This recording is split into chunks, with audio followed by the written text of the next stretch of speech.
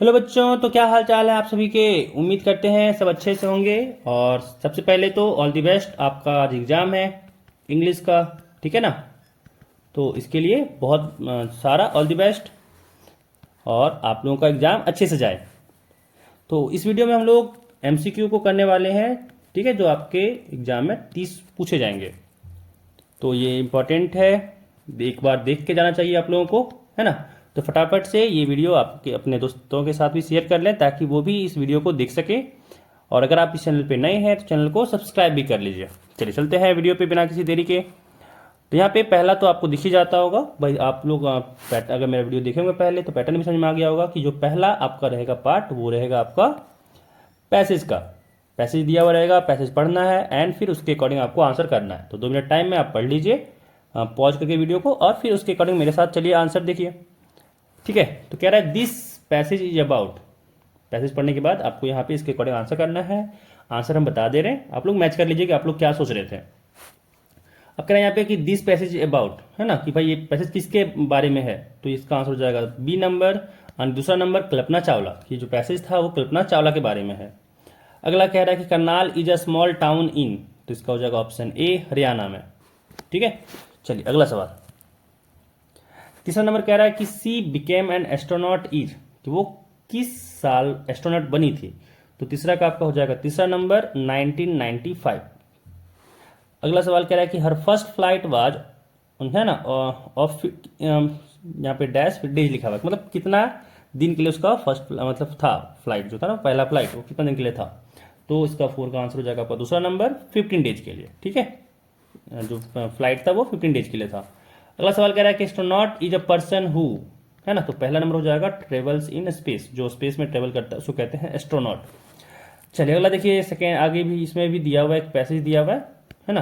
Passage को पढ़ना है पहले एंड फिर इसके अकॉर्डिंग आपको आंसर देना है। ठीक है, जो भी पैसेज है 2 मिनट पॉज करके पढ़ लीजिए एंड फिर आंसर बता रहे हैं, उसके अकॉर्डिंग आप अपने आंसर को भी मिला लीजिए। ठीक है, चलिए अगला क्या है कि choose the most suitable title for the given passage. ठीक है, जो पैसेज यहाँ पे है उसके लिए आपको क्या लगता है कौन सा सुटेबल आपका पैसेज रहेगा। ठीक है ना। जल्दी से आप लोग यहाँ पे कमेंट कीजिए कि भाई आप लोग के अकॉर्डिंग क्या लगता है, क्या होना चाहिए इसका, जो भी आपका सुटेबल आपको टाइटल लगता है वो आप लोग कमेंट कीजिए, है ना, चारों में से। चलिए आंसर बताते हैं। इसका हो जाएगा दूसरा नंबर की प्लास्टिक पॉल्यूशन।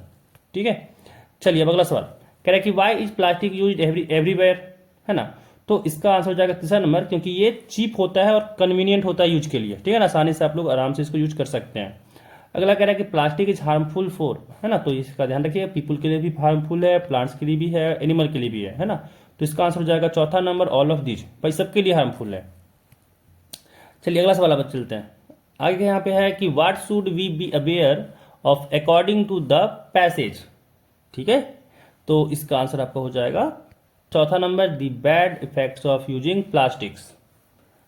ठीक है भाई, चलिए अगला सवाल चलते हैं। The opposite of harmless is, ना, कि हार्मलेस का अपोजिट क्या होता है। तो भाई ये तो आपको पता होगा, हार्मफुल, है ना। अगला सवाल ये आपका यहाँ पे अब स्टार्ट होता है ग्रामर सेक्शन। ठीक है ना, ग्रामर सेक्शन यहाँ पे स्टार्ट होता है कि are you writing a letter, this sentence is in, है ना, कि ये भाई ये जो लेटर है are you writing a letter, ये किस टेंस में है। ठीक है, तो ये हो जाएगा आपका यहाँ पे, इसका आंसर हो जाएगा आपका प्रेजेंट कंटिन्यूअस टेंस। ठीक है ना, तो ये हो जाएगा दूसरा नंबर 11 का प्रेजेंट कंटिन्यूअस टेंस। चलिए अगला सवाल चलते हैं 12 नंबर पे। कह रहा है सी ऑलवेज, है ना, सी ऑलवेज द ट्रूथ। तो इसका आंसर आपका हो जाएगा 12 का 4 नंबर स्पीक्स, कि भाई सी ऑलवेज स्पीक्स द ट्रूथ, है ना, कि वो हमेशा सच बोलती है।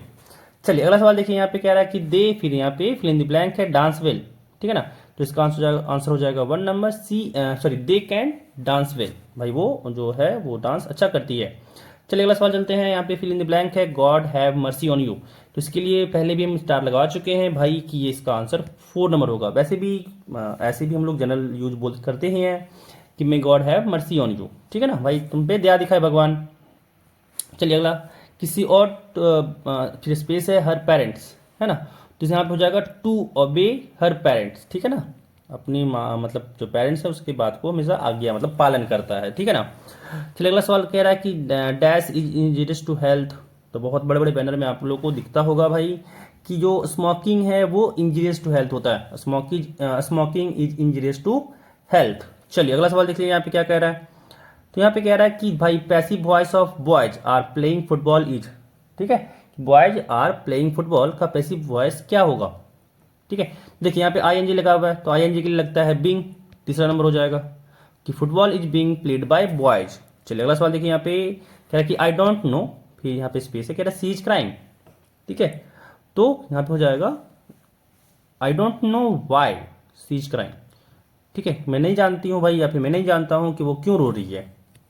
चलिए अगला सवाल देखिए, कह रहा है कि कैन यू टेल मी, है ना, can you tell me, space है कि विल टीच अस इंग्लिश, इसका आंसर हो जाएगा 4 नंबर who will teach us English, कि भाई क्या तुम जानते हो, या फिर कैन यू टेल मी, तो क्या तुम बता सकते हो कि भाई जो हम लोग को इंग्लिश है वो कौन पढ़ाएंगे।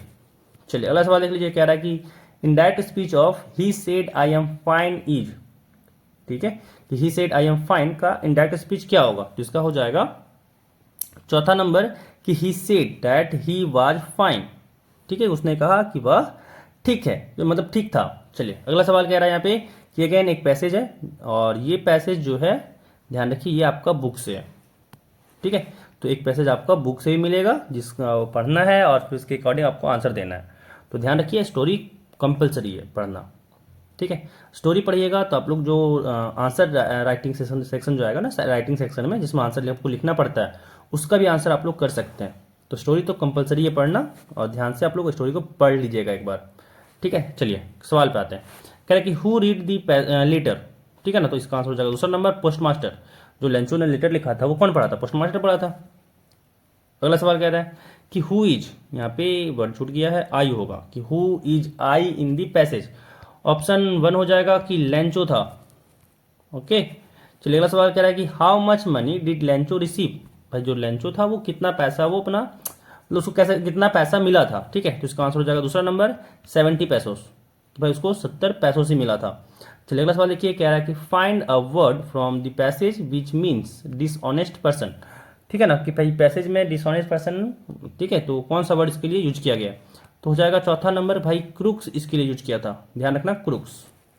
और ये भी क्वेश्चन पूछा जाता है, तरीके बदले जाते हैं, इस क्वेश्चन को पूछने के लिए तरीके बदले जाते हैं, ध्यान रखिएगा। लिटरेचर से ये क्वेश्चन रहेगा, ऑब्जेक्टिव है, जो आपको 25 क्वेश्चन के बाद जगह देखने को मिलता है, ठीक है। तो ये उस पर क्वेश्चन भी पूछा जाता है, लेकिन पूछने का तरीका चेंज कर सकता है, ध्यान रखिए। तो क्रूक्स का मतलब समझ लीजिएगा डिसऑनेस्ट पर्सन होता है। चलिए अगला सवाल देखिए, ठीक है, अब ये आपका बुक से पूरी बुक से है, कह रहा है कि what comes more naturally to human heart according to Mandela, तो दूसरा नंबर होगा लव। चलिए अगला सवाल देखिए, कह रहा है कि in which subject was any not sure of passing, है ना, कि कौन सा सब्जेक्ट ऐसा है जिसको एनी श्योर नहीं है कि वो पास करेगी, तो इसका हो जाएगा तीसरा नंबर मैथ्स, मैथ्स से वो डरती थी, स्टोरी पढ़े होंगे तो चला होगा।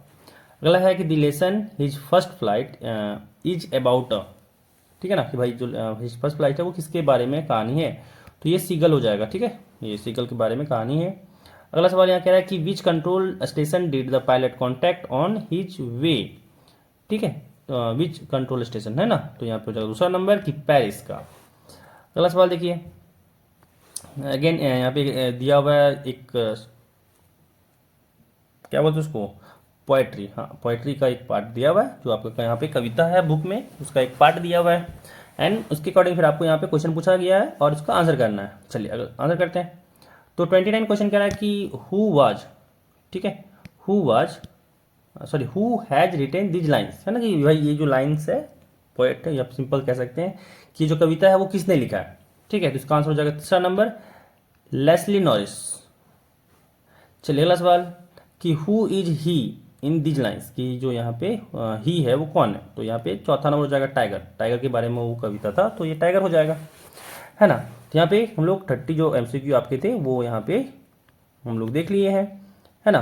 तो इस वीडियो में बस इतना ही, फिर मिलते हैं अगले वीडियो में।